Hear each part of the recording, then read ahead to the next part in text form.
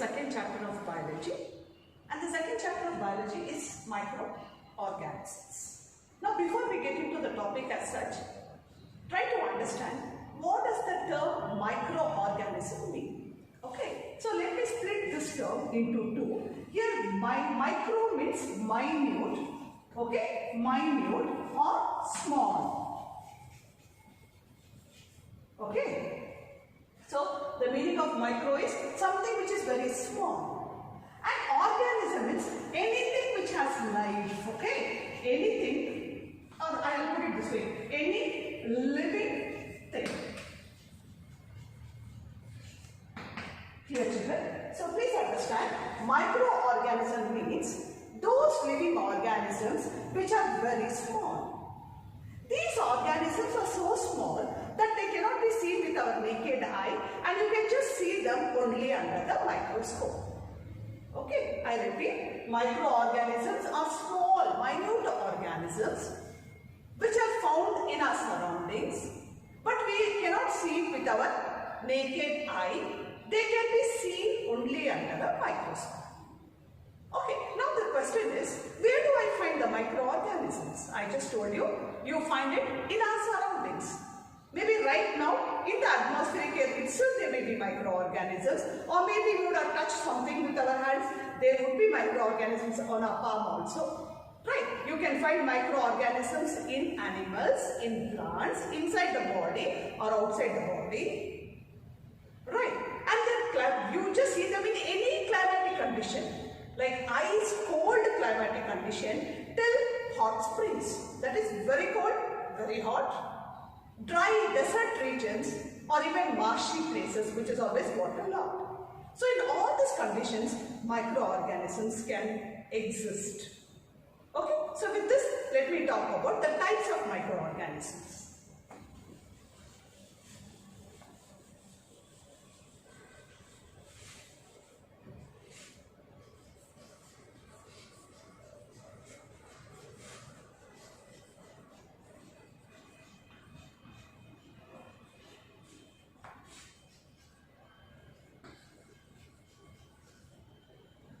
Okay, children. See, now we have 4 types of microorganisms, children. The first one, it is bacteria. Okay. Then fungi. Right. 3, protozoa.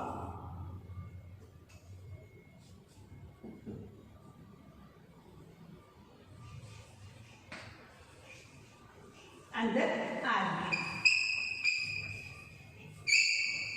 I think you are familiar with all these terms, you would have learnt it in your 7th standard. But anyway, to take you through, children.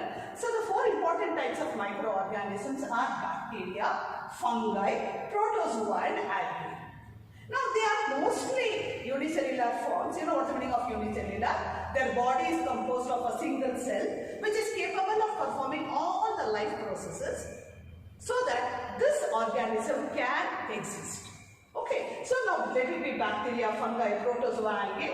They are unicellular forms, and some forms of fungi and algae, they are multicellular forms also. That is, their body is made up of many cells. Now, let me take one at a time. Bacteria, the very word frightens you, I suppose. Because you know, whenever I say bacteria, oh, they are very harmful, they cause diseases. But the beauty here is, children, the beauty here is, not all the microorganisms are harmful. Their advantages, their benefits are much more than their harmful effects. Okay, when we go through this chapter, we will discuss how useful these microorganisms are. So bacteria, they are unicellular forms. Okay, they are prokaryotic. I hope you know what's the meaning of prokaryotic. They don't have a definite nucleus. Right?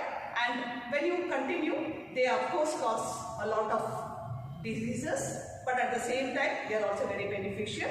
We'll discuss about that later. They cause some diseases such as typhoid, tuberculosis, cholera and so on. Okay? Now when I talk about fungi, see children, I told you, they are unicellular forms, they are multicellular forms. If you take the example of unicellular forms, you can take the example of yeast. I think you would have also heard about bread mold or rhizopus. Okay, bread molder, rhizopus you would have heard about. You would have heard about mushroom. Mushroom is a multicellular form. All these are the example of fungi. Right? The next one, protozoa, children. You know what protozoans are? They are unicellular forms, but they are eukaryotic. That is, they have a definite nucleus. If you have to give some examples, amoeba, paramecium, euglena, all this you have studied in your 7th standard. Okay, so they are the examples of protozoans, and they cause disease such as malaria. You know, malaria is caused by plasmodium. Right? They also cause dysentery. I think you would have heard about this. You know what is dysentery, right? Even that is being caused, it's caused by protozoa. Right. Now let me talk about algae. See, algae, there are unicellular forms and at the same time there are multicellular forms also.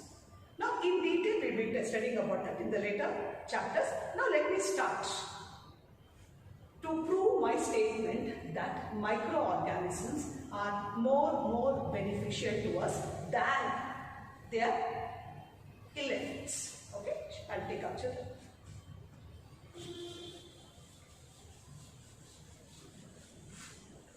See children, I'll start explaining one at a time. And I'll start with only those terms which you are very familiar with. So we'll start with beneficial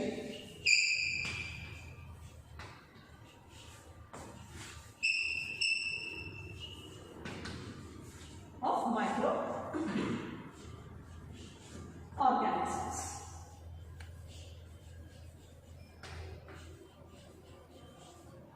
See, you know, in the bakeries or at homes, when cakes or biscuits, bread is made, they use yeast. Okay, I think I told you yeast is an example for fungus, and in the bakery products, they use yeast. Okay, now what happens is, this yeast, right, it actually undergoes anaerobic respiration, right, and that time it releases carbon dioxide, and as the carbon dioxide is released, children, what happens, this gas rises through the dough. Dough means the the flour, etc. you use to make the biscuits or bread or whatever it is, isn't it? So when it starts rising through the dough, what happens is, it makes the dough very fluffy, spongy. That's why the cake or the bread, okay, is very fluffy with sponge-like. So yeast is very much used in the bakeries and even at homes to make products such as bread and cake. Because I'm starting with this because we are doing it at home and you're very familiar with that. Okay, second one, it is also having a commercial use, children. It is used in the industries to make alcohol, okay, to make wine, to make vinegar. Okay, vinegar is nothing but it's acetic acid. Right. So commercially, yeast is used to make alcohol, wine and vinegar. Now please understand, children. At home, we try to make curd from milk. Now please understand, in milk, there are many microorganisms, but the one which we are focusing on is called lactobacillus. Okay, so this lactobacillus is a bacteria, and this is responsible for converting milk to curd.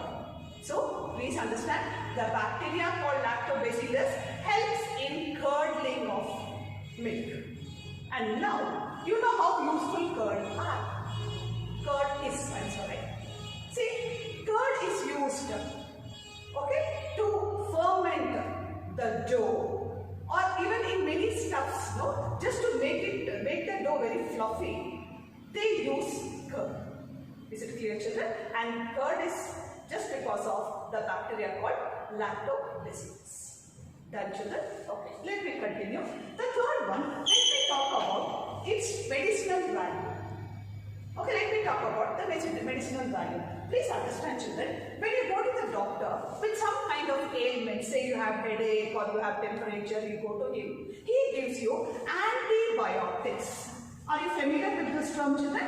Antibiotics. Now this antibiotics antibiotics is nothing but it is the medicine obtained from the bacteria. Right. Now this antibiotics, it has got a capacity, right, to fight against the disease causing microorganisms which enters our body.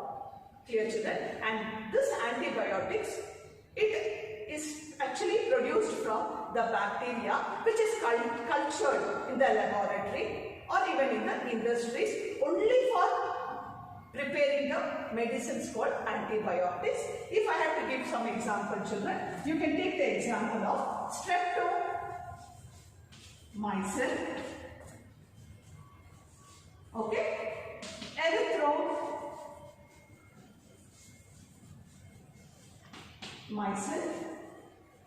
and so on. Okay, these are some of the very commonly used antibiotics. Right. Now please understand, even you would have come across the term called penicillin.